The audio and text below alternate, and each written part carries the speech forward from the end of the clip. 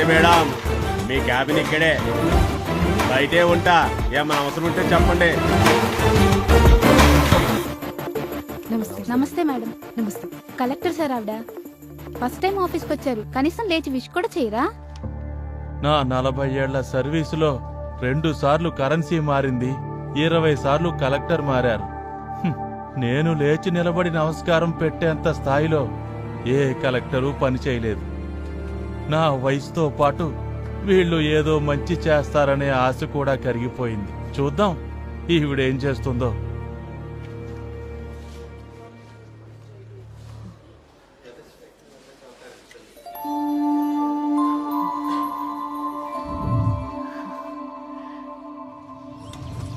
నువ్వు కానీరా, ఊహోరికెళ్ళి నిలబడ్డావేంట్రా? చూడ పని చూడ. నాన్న, అమ్మ క్యారేజ్ ఇచ్చింది. అక్కడ ఉంచమ్మా, వస్తున్నాను. యారా రాములో, కూతుని బాగా చదివిస్తున్నట్టున్నావు. బాగా చదువుద్దయ్యా, కట్టబడి చదివిస్తున్నాను. ఏమో బుజ్జమ్మా, పెద్దయ్యకేమవుతావేటి? నేను కలెక్టర్ నవుతా. అమ్మో, ఆశకు కూడా వద్దు ఉండాలమ్మా.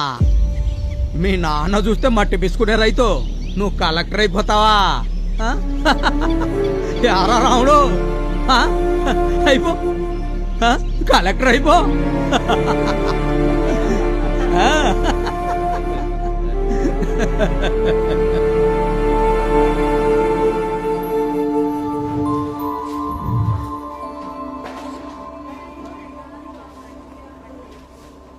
ఆ ప్రాజెక్ట్ ఆల్రెడీ అయింది మేడం.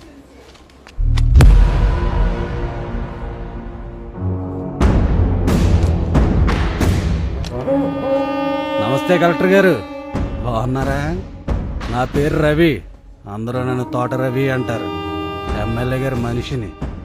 అన్నకి నేనంటే ఇష్టం, జనానికి ఆయన అంటే భయం. అది వేరే విషయం అనుకోండి. ఊరి చివర మాకు 20 ఎకరాల అరటి తోట ఉందండి. దానికి జనాలు చెప్పే కథ కూడా ఒకటి ఉంది. అక్కడ మేము చెప్తే గెలలో నరుకుతారు, మాకెదురు తిరిగితే తలలో నరుకుతారు. అంచేత నేను చెప్పేది ఏంటంటే, ఆ ఫైల్ మీద సంతకం మీరు పెట్టండి, చెక్ మీద సంతకం నేను పెడతా. అయినా మొదట మాలాంటి వాళ్ళు ఫైల్ మీద సంతకం పెడితే మీ జీవితాంతం ఎటువంటి ఇబ్బంది లేకుండా చూసుకునే బాధ్యత మాది. కాదు కూడదు అంటారా? కారణాలు లేని సావులు ఉంటాయి కానీ నొప్పి లేని సావులు ఉండవు కదా కలెక్టర్ అమ్మ గారు. ఆలోచించుకోండి మరి. చూడండి ఎమ్మెల్యే గారి తోక రవి గారు, పుట్ట కథలు, పిల్ల మరిరాజు కథలు, మీరొస్తే గేట్ తీసే వాచ్మ్యాన్లకి, బయట సంస్కారం లేకుండా నమస్కారం పెట్టే బ్రోకర్లకి చెప్తే వింటారు. కలెక్టర్ మాటలు జాగ్రత్తగా రాని. మీరు భయపెట్టే జనం తిరగబడితే మీ తోటలో తెగేది మీ తలే. మీ సంతకం విలువ మహా అయితే 1 పక్కన కొన్ని సున్నాలు, కానీ నా సంతకం విలువ కొన్ని జీవితాలు. అయినా మీకు ఇంతసేపు టైం ఇచ్చింది మీరు చెప్పే కథలు వినడానికి కాదు, ఇక్కడ చాలా మందికి క్లారిటీ రావడం కోసం. ఆడదాని కలెక్టర్ భయం భక్తి ఉండాలా?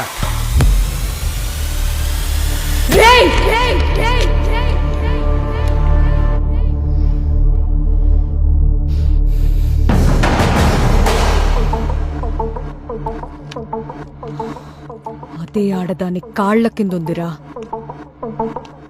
నీ అహం. అనుకుంటే ఒక్క సంతకం చాలు, తోటరవి అనేవాణ్ణి జనాలు మర్చిపోవడానికి.